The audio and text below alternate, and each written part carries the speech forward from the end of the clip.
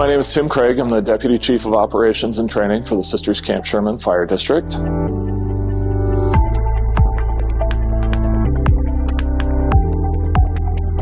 I've worked for Sisters Camp Sherman Fire since February of 2015. It's been a fantastic career so far. I started my career in the fire service with Newburgh Fire Department back in March of 2001. Prior to that, I worked as a paramedic for a private ambulance company in the Portland metro area for a couple of years before I found the fire service and really found my passion.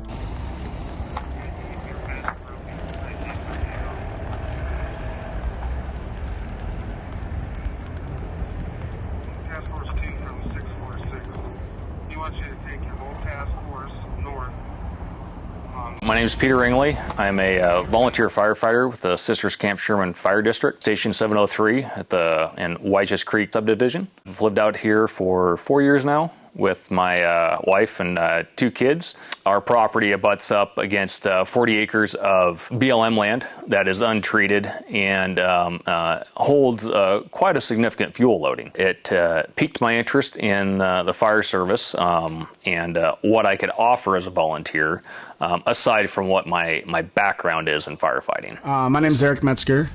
I'm a community wildfire forester for the Oregon Department of Forestry. My job there is fire prevention forestry, so working with private landowners that have forested property to reduce their fire danger. Lots of different ways I do it, but that's the big picture of what I do. So my day job, when I'm not volunteering at the fire department, is I'm a professional helicopter pilot for the Bonneville Power Administration, working on power lines. Before I did that, however, I spent 5 years working with the National Park Service as a firefighting and rescue pilot at Grand Canyon and Zion National Parks, where I flew helitack and park rangers for the purpose of fire suppression in the national parks, as well as backcountry rescue, picking up injured hikers and boaters and mountain climbers. If there's a chance to get hurt, chances are we got to meet them.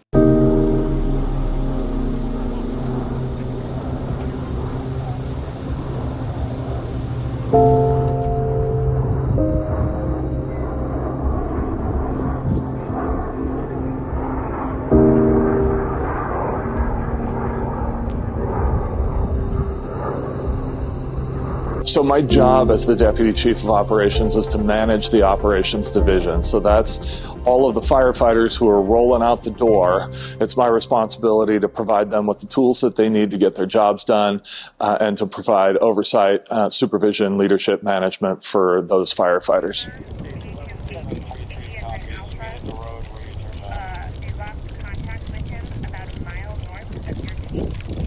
If I recall correctly, it happened on a Sunday afternoon. I was outside of my house pulling weeds, and about 10 minutes later, my pager went off. Went inside, got dressed, and headed down to the station, and met 3 other crew members. One of the captains, Captain Myers, divvied us up and put 2 people in one of the brush rig, and myself and Captain Myers in the tender, and we headed out north towards the fire. At that point, reports were still coming in. I don't believe there were any air resources over the fire yet. There was an initial hand crew, a couple ground resources on scene, but it was growing fairly rapidly and enough to start to draw some concerns. I want to focus on what it means and what it takes for the individual at home to be prepared so that when the firefighters get out in the field, they can be as successful as possible. Remove as many barriers as are humanly possible so that we can be successful in the job that we do. So what got me into fire, I think it was 1992. My dad got me out of bed in the middle of the night and took me up on top of Garrison Butte, and we watched the Sage Flat Fire. The Sage Flat Fire burned across Wyches Canyon, of course, and into Panoramic, and burned down a few homes, including homes of people that I knew. So it got in my blood early for that reason. The whole fire suppression world is about building a team on the fly, and I like that. I like doing that. I like meeting brand new firefighters on the line and saying, what are your certifications? Okay, this is what we got. This is where I need you. What do you think? Can you handle that? The neighborhood has done a good job of, for the most part, of reducing the fuel loading The developers that have come in here did do us a lot of favors and cleared out a lot of the smaller brush, which has helped significantly reduce the fuel loading. You know, some of the older homes closer to the canyon do have a little heavier fuel loading in some places, and the houses are spaced, you know, a little tighter together. But overall, I think we are in a reasonably good position. Okay, so the context is that was the summer of the heat dome. And if you remember that, it was over 100 degrees and sometimes 110, 114 for days and days and days in a row. So all of us in the fire world knew that any new start had potential. All the fuels were very, very dry. So peak drought conditions. There's a long history of fires starting north of Sisters that have real potential, and they tend to get up and move and grow quickly. So that's a place that's always on our radar, especially during the peak of fire season. We know that if there's smoke up there, we need to launch the world at it and stomp it so that it doesn't really get big and crazy and start burning houses down. It started like any other large wildfire with a single plume of smoke. It was called in significantly north of our fire protection area. I responded to the incident and took over management of all of the structure protection resources. When I showed up on scene, it must have been 20 or 30 acres and absolutely ripping. You know, we knew right away, like, okay, we're in. This is all we're doing for the next 24, 36 hours a week. We don't know.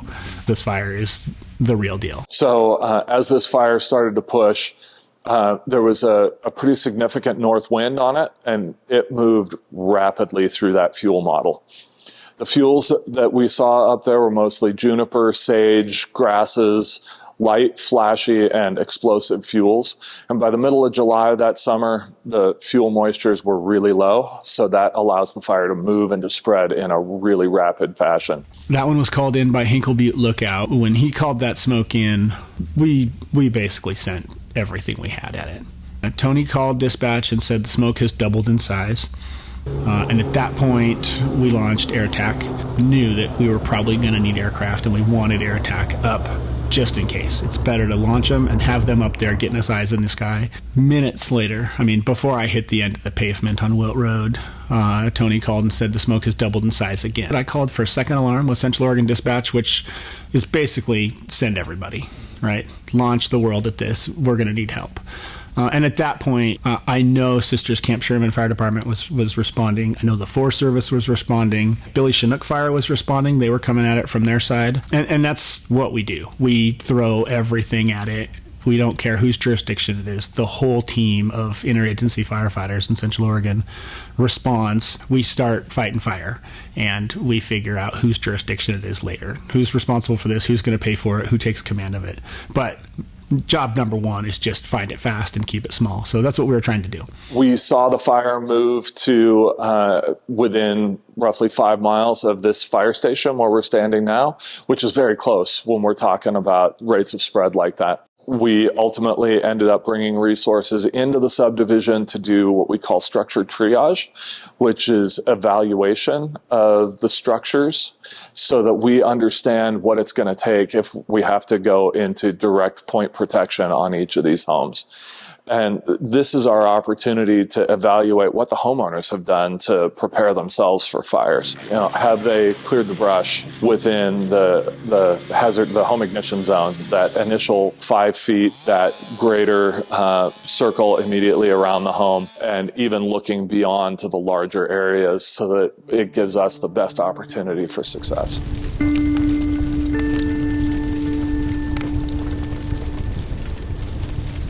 I established incident command and just tried to get organized and coordinated. Started tracking who's doing what, sending some resources down the left flank, some resources down the right flank. And, every single fire, the tactic is to anchor and flank. So we establish an anchor at the origin of the fire, and we start working the flanks and going down the left side, going down the right side, and safely controlling what we can along each side. We started looking at maps, and Chief Craig was the one who said we need to start calling for evacuations. The way that it slowed down was a shift in weather. we had that hard north wind that was pushing the fire to the south, and that wind essentially just stopped when the fire hit the Deschutes County, Jefferson County line. Bulldozers, hand lines, firefighters working in the dirt, that's what stopped the fire.